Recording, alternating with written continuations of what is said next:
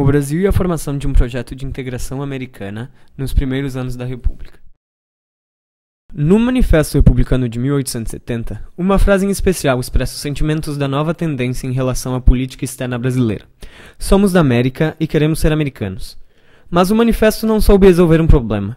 De que América estamos falando? Essa ambiguidade não passou despercebida pelos diplomatas brasileiros, pois a questão de se os Estados Unidos deveriam ser vistos como parte de um projeto de aproximação interamericano foi um aspecto sensível nos primeiros anos da política externa republicana. No relatório do Ministério das Relações Exteriores de 1895, o então chanceler Carlos Augusto de Carvalho apresentou o seu ponto de vista sobre os dois projetos de integração disponíveis ao Brasil à época, o monroísmo e o bolivarianismo. O ministro expõe seu receio de que os Estados Unidos se tornassem preponderantes nas relações internacionais do continente americano, e propõe ao governo brasileiro uma maior aproximação com os países sul-americanos. Tendo esse documento como base, examinaremos os vínculos da política externa aos dois projetos pan-americanos concorrentes, monroísta e bolivarianista, desde a proclamação da República até o ano de 1902, quando o Barão de Rio Branco assume o Ministério das Relações Exteriores e adota uma política deliberadamente voltada aos Estados Unidos.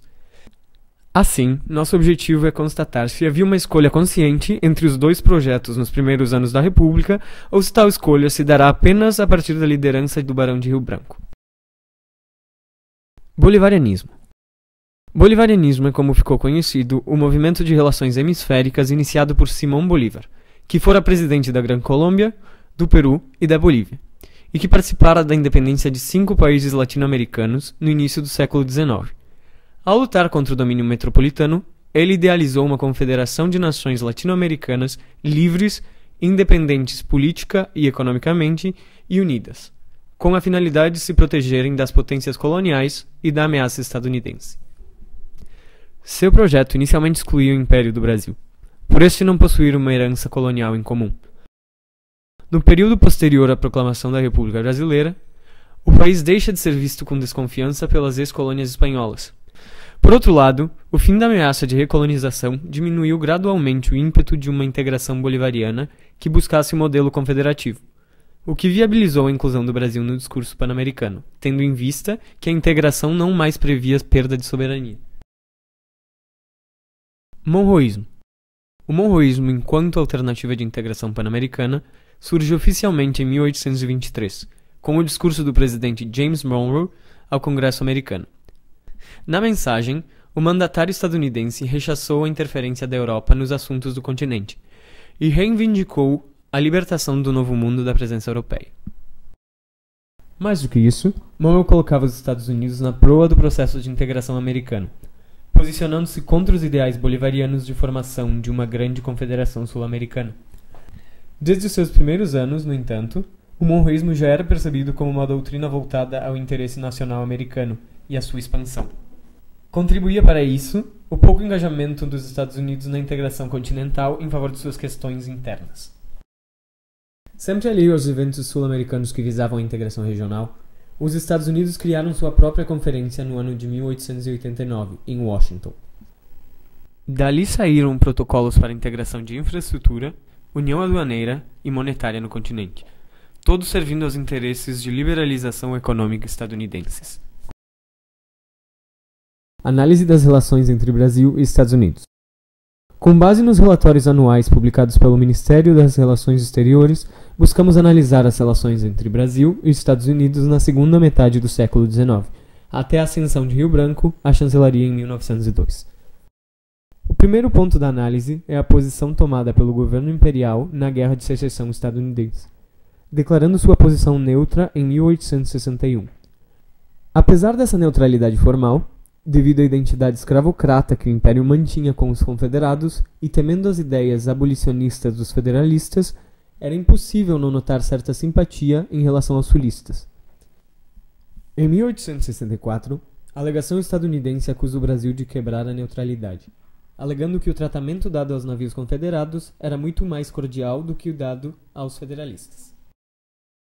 Outro incidente diplomático ocorreu durante a Guerra do Paraguai, quando o enviado dos Estados Unidos no Paraguai, Charles Washburn, busca romper o bloqueio dos aliados ao país. O governo imperial concede passagem aos navios americanos em 1866 e 1868. Levando em consideração a crescente importância do comércio entre o Brasil e os Estados Unidos, em 1870, a legação estadunidense sugere uma política de liberalização comercial, principalmente em relação aos impostos sobre o café e o açúcar.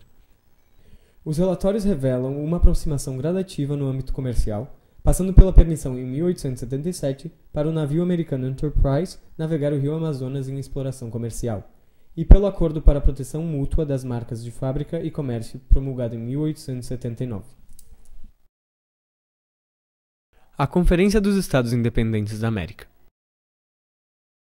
A Conferência dos Estados Independentes da América, realizada em Washington em 1889, traria uma pretensa proposta de integração comercial do continente americano. Segundo o relatório de 1890, foi proposta uma união aduaneira que englobasse a totalidade do continente. Essa seria alcançada gradativamente através da celebração de tratados de reciprocidade comercial entre os países presentes. A formação de uma união monetária também fez parte das negociações, prevendo inclusive um banco interamericano. No que se refere à infraestrutura da integração, a conferência discutiu a formação de uma comissão de engenheiros com o intuito de elaborar o plano para uma estrada de ferro intercontinental. O Brasil aceita o convite para integrar a comissão, mas prontamente declara que não se comprometerá com a construção. A convergência de interesses entre os países sul-americanos e os Estados Unidos demonstram sua fragilidade na oposição dos primeiros à possibilidade dos Estados Unidos se firmarem como árbitros perpétuos nas questões americanas. A negativa praticamente isolada dos Estados Unidos em relação a dois pontos também é digna de nota. Um tratado de direitos do estrangeiro, prevendo igualdade de tratamento jurídico, e o Tratado de Livre Navegação de Rios, ambos recusados pela diplomacia estadunidense. Tratado de Reciprocidade com os Estados Unidos, Blaine-Mendonça. No âmbito das relações bilaterais com os Estados Unidos, começa-se a negociar um acordo aduaneiro, mas não sem protestos de países europeus, que viram seus interesses comerciais prejudicados nessa exclusividade. Em 1891, acontece a formalização desse acordo aduaneiro, que fica conhecido como Acordo Blaine-Mendonça. Seu principal objetivo era excluir a taxação sobre o café e o açúcar brasileiros, principais produtos comercializados com os Estados Unidos. A negociação, articulada pelo diplomata Salvador de Mendonça, sofre duras críticas, sobretudo do então ministro da Fazenda, Rui Barbosa, que deixa o cargo condenando a ausência de uma cláusula de exclusividade para o açúcar brasileiro no Acordo Blaine-Mendonça. Isto é, não havia nenhum mecanismo que dissuadisse os Estados Unidos de importar açúcar de outra proveniência, fazendo com que as vantagens obtidas pela diplomacia brasileira não tivessem nenhuma garantia. De fato, as negociações de um acordo semelhante entre Espanha e Estados Unidos transformaram os temores em realidade.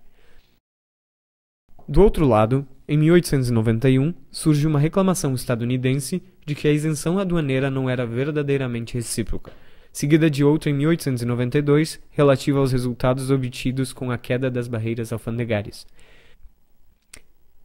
Segundo a nota da delegação estadunidense, o aumento de cerca de R$900 mil para suas exportações ao Brasil nos 14 primeiros meses do acordo teria sido ínfimo se comparado ao aumento de R$40 milhões que tiveram as exportações brasileiras. Ainda assim, o Tratado Blaine-Mendonça perduraria até 1894, quando seria revogado por parte do governo estadunidense. O relatório do Ministério das Relações Exteriores de 1893 comenta a resistência de alguns estados brasileiros aos tratados de comércio que vinham sendo firmados pelo governo. À luz do direito, o ministro da época, Felisbelo Firmo de Oliveira Freire, alega que os estados não se veem juridicamente obrigados a aceitar as estipulações dos tratados internacionais, podendo protestar junto ao Congresso Nacional. Caberia ao governo federal resolver essa tensão, mas até então, ele se veria obrigado a cumprir o compromisso firmado na esfera do direito internacional. Não é à toa que o Tratado de Reciprocidade foi objeto de ataques ao governo republicano em um momento em que ele precisava de legitimidade. No ano de 1893, é publicado o livro A Ilusão Americana, de Eduardo Prado, que denuncia a falsa fraternidade entre os países americanos e as pretensões estadunidenses de estabelecer seus interesses unilateralmente na América do Sul, principalmente através das tentativas de obter livre navegação do rio Amazonas e nos acordos comerciais. O teor dos relatórios seguintes, sobretudo de 1895, demonstra essa reação negativa ao modo com que o Brasil vinha se aproximando dos Estados Unidos. Relatório de 1895. Em 1895, quando assume Carlos Augusto de Carvalho, o relatório do Ministério das Relações Exteriores adota um formato especial, sendo introduzido por um discurso que expressa sua própria visão acerca das relações internacionais brasileiras.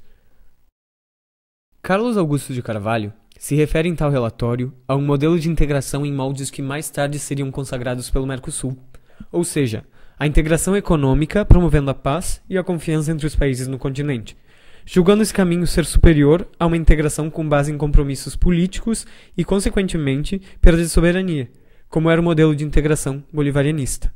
É interessante, entretanto, como seu ideal de projeto é confinado nas fronteiras sul-americanas, excluindo os Estados Unidos.